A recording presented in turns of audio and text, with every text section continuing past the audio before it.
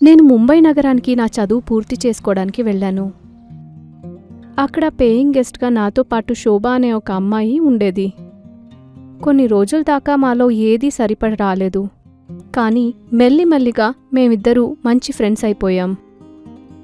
మా ఫ్రెండ్షిప్ ఎంత బాగా ఉండేదంటే మేమిద్దరం ఒకరి గురించి ఒకరు అస్సలు ఆలోచించేవాళ్లమే కాదు. సెకండ్ ఇయర్ ఎగ్జామ్ అయిపోగానే మాకు 1 వారం రోజులు సెలవిచ్చారు. ఆ సెలవుల్లో అమ్మా నాన్నలు నన్ను గ్రామానికి తీసుకురమ్మని చెప్పారు. నేను ఆ విషయాన్ని శోభాకు చెప్పాను. కొన్ని రోజుల దాకా నేను గ్రామానికి వెళ్ళి రావాల్సిందే. దాన్ని వినగానే శోభ చెప్పింది, నువ్వు లేకుండా నేను ఎలా ఉండాలి? అలాగైతే నువ్వు కూడా రా, బాగా ఎంజాయ్ చేద్దాం. అలా మేమక్కడ మాట్లాడుతూ ఉండేటప్పుడు శోభ ఫోన్ మోగింది. వాళ్ళ అమ్మతో తను మాట్లాడాక చెప్పింది వాళ్ళ అమ్మా నాన్నను గ్రామానికి పిలుస్తున్నారని. దాని తర్వాత మేమిద్దరం ఆ సాయంకాలం షాపింగ్కి వెళ్ళాం. మేమిద్దరం మాకు కావాల్సిన వస్తువులు తీసుకోవడంలో బిజీగా ఉన్నాం. అప్పుడు దిఢీరని ఉన్నట్టుండి శోభ ఎవరో అబ్బాయితో ఉండడం నేను చూశాను. కొంచెం సేపటి తర్వాత శోభ ఇక్కడికి రాగానే ఆ అబ్బాయి గురించి నేను విచారించాను. శోభ అప్పుడు నవ్వుతూ చెప్పింది ఆ అబ్బాయి పేరు రితేష్ అని. వాళ్ళిద్దరూ ఒకరినొకరు ఇష్టపడుతున్నారని. దాన్ని విని నేను శోభాకు అడిగాను, ఇదెందుకు నువ్వు ముందే నాకు చెప్పలేదు అని.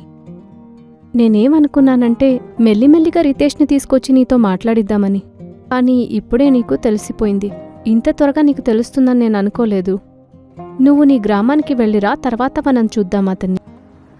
దాని తర్వాత నేను నా గ్రామానికి వెళ్ళిపోయాను. నేను గ్రామానికి వెళ్ళినప్పుడే నా పెళ్లి గురించి అమ్మా నాన్న మాట్లాడారు. అమ్మ నా దగ్గరకొచ్చింది. మనోజ్ అనే ఒక అబ్బాయి ఫోటో నా దగ్గర చూపించి నాతో అన్నారు, ఈ అబ్బాయినే మీ నాన్నగారు నీకోసం చూశారు అని. కానీ నేను పెళ్ళి వద్దని చెప్పాను. నేను చెప్పింది విని అమ్మ అన్నారు, నీకు మీ నాన్న గురించి బాగానే తెలుసు కదా, ఆయన ఏం చెప్తారనేది. నువ్వు పెళ్లి చేసుకోకపోయినా తర్వాతైనా పెళ్లి చేసుకోవాల్సిందే కదా. ఈ అబ్బాయికి ఏం తక్కువ, బాగా చదివి ఉన్నాడు. అది మాత్రం కాకుండా ముంబైలో బతుకుతున్నాడు.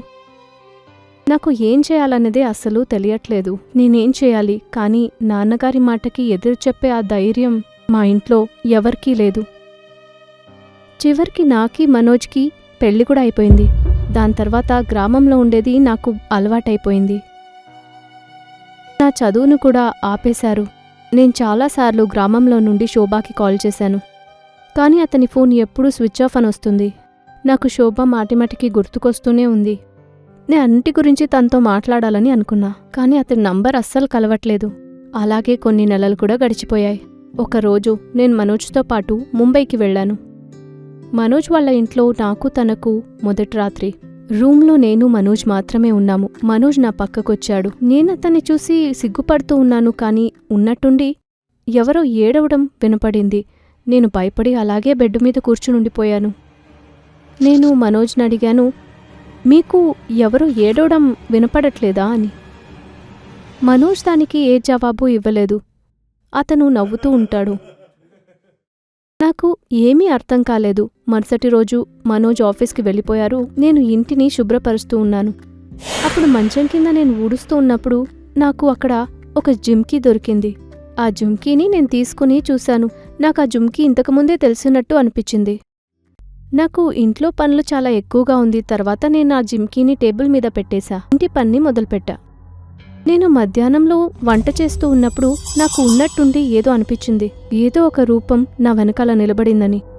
వెంటనే నేను భయపడి వెనక్కి తిరిగి చూశాను. కానీ అక్కడ ఏమీ లేదు. కొంతసేపటి తర్వాత నేను స్నానం చేసొచ్చా. అప్పుడు నేను బీరువా తీసి చూసినప్పుడు బీరువాలో ఒక రూపం ఉంటుంది. నేను రూమ్లో నుండి అరుస్తూ బయటికి వెళ్ళాను. సాయంకాలం మనోజ్ ఇంటికి రాగానే అతనితో అన్నీ చెప్పాను.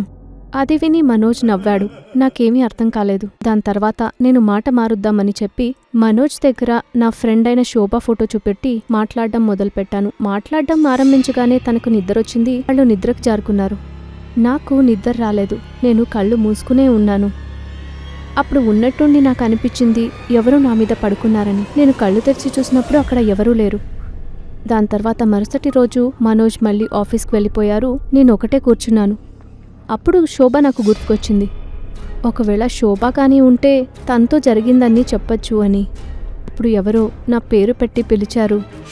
నాకు ముక్తి కావాలి, ఈ పాపపు శరీరం నుండి నాకు ముక్తి కావాలి. అది వినగానే నేను చాలా భయపడిపోయాను. నేను నా రూమ్ నుండి బయటికి వెళ్ళినప్పుడు అన్ని తలుపులు దానికవే మూసుకున్నాయి. నేనేం చేయలేకపోయాను. ఆ సమయంలో ఒక రూపం నా ముందుకొచ్చి నిలబడింది. వాణి, భయపడొద్దు, నిన్ను నేనేమీ చెయ్యను.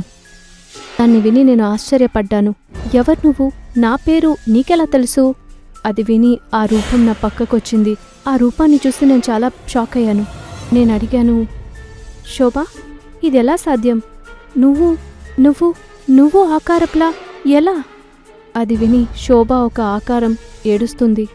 కొంచెం సేపటి తర్వాత అదేం చెప్పిందంటే, ఒకరోజు నా బాయ్ ఫ్రెండ్ దగ్గర నుండి నాకు ఫోన్ వచ్చింది.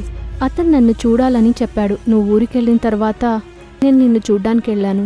అప్పటికే చీకటైపోయింది. నేను బండిని వేగంగా నడుపుతున్నాను.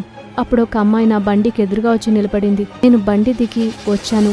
అప్పుడు ఆ అమ్మాయి నన్ను చూసి చెప్పింది, నీ వల్ల నా ప్రేమను వదిలి నేను చాలా దూరం వెళ్ళిపోయాను అని చెప్పింది. నువ్వు చేసిన తప్పు వల్లే నాకీరోజు ఇన్ని కష్టాలు. నేను నీకు శపిస్తున్నాను. నువ్వు ఒక శపించబడిన ఆత్మగా తిరుగుతూ ఉండాలని. నీ ప్రేమ కూడా నిన్ను వదిలిపెట్టి దూరంగా వెళ్తుంది. అలా చెప్పి ఆమె ప్రాణాలు వదులుతుంది. దాని తర్వాత నేను రితేష్ని చూడ్డానికి అతని రూమ్ దగ్గరికి వెళ్ళాను. అతనితో జరిగినవన్నీ చెప్పాను. నేను చెప్పింది విని అతను నవ్వుతూ చెప్పాడు, సరిగ్గా అయింది. ఆ అమ్మాయి నీకు సరైన శాపమే వదిలింది. నీ ప్రేమ ఎల్లప్పుడూ అసంపూర్ణంగానే ఉంటుంది. నువ్వు ఏం చెప్తున్నావు? నీలాంటి అమ్మాయిల్ని నేను అసలు పెళ్లి చేసుకోను. ఎవరికేం తెలుసు, నువ్వు పెళ్లికి ముందలే ఇన్ని సంప్రదాయాల్ని నువ్వు పాటించలేదు. ఏమో ఎంతమందితో పడుకున్నావు పెళ్ళవక ముందలే. అది వినగానే నాకు కోపం వచ్చింది. నేను అతన్ని తిట్టాను. నేనందరితో చెప్తాను నువ్వు నాతో ఎలా ఉన్నావో అని. అది విని అతను నన్ను అక్కడే చంపి పడేశాడు. ఇదో ఇక్కడే నన్ను పూడ్చేశాడు. ఆ అమ్మాయి శాపం వల్ల ఇదో ఈ రూపంలా నేను తిరుగుతున్నాను. అదంతా విని నేను చాలా షాక్ అయ్యాను. నేను తన దగ్గర అడిగాను, రితేష్ ఎక్కడున్నాడని. నిన్నిలా చేసి వాళ్ళెలా నెమ్మదిగా ఉండగలుగుతారు చెప్పు, నేను నీకు దండనేస్తాను. నన్ను చంపింది ఇంకెవరో కాదు, అది నీ భర్తే. లేదు, అలా జరగదు. దాని తర్వాత శోభ తను మనోజ్ కలిసి తీసుకున్న ఫోటో చూపెట్టింది. వాడి గురించి చెప్పింది. అతను అమ్మాయిల్ని ఎలా మోసం చేసి పెళ్లి చేసుకుంటాడని, దాని తర్వాత వాళ్ళకి అవకాశం దొరకగానే వాళ్ళని చంపేస్తారని. దాన్ని విని నేను నిజంగానే చాలా షాక్ అయ్యాను.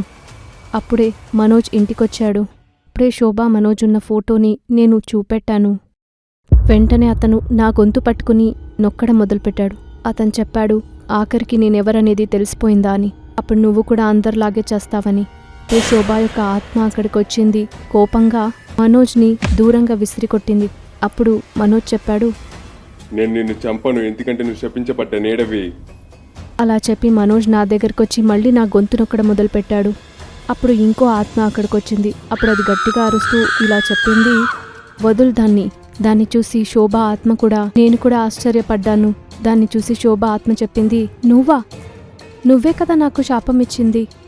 నీ వల్లేగా ఇదో నేను ఈ శాపం ఆత్మతో తిరుగుతున్నాను. నువ్విప్పుడు ఇక్కడ ఏం చేస్తున్నావు? అప్పుడు ఆ రూపం చెప్పింది, దాని పేరు నీత. ఆ రోజు నేను ఆ ప్రేమికుణ్ణి చూడ్డానికి వెళ్ళాను అని. అది ఇంకెవరో కాదు, మనోజ్. ఆ రోజు రాత్రి అతను ఆమెను చంపడానికి చూశాడు. కానీ అంతకుముందే శోభ వల్ల కార్ యాక్సిడెంట్ అయింది. అలా చెప్పి ఆ ఆత్మ దాని పొడువాటి గోర్లతో మనోజ్ శరీరాన్ని గాయం చేసి చంపింది. శోభ శాపం నుండి దానికి విముక్తి కలిగింది. మనోజ్ చనిపోగానే నీత ఆత్మకు ముక్తి దొరికింది. అది నిరంతరంగా ఈ ప్రపంచాన్ని వదిలిపెట్టి వెళ్ళిపోయింది. కొన్ని రోజుల తర్వాత తెలిసింది నేను మనోజ్ బిడ్డకు తల్లినవుతున్నానని. అదంతా జరిగి ఇప్పటికీ 5 ఏళ్లయింది. నా కూతురు నైనా ఎప్పుడంతా వాళ్ళ నాన్న గురించి అడుగుతుందో అప్పుడు జరిగిన అన్ని సంఘటనలు నాకు ఆ రోజు గుర్తుకొస్తాయి.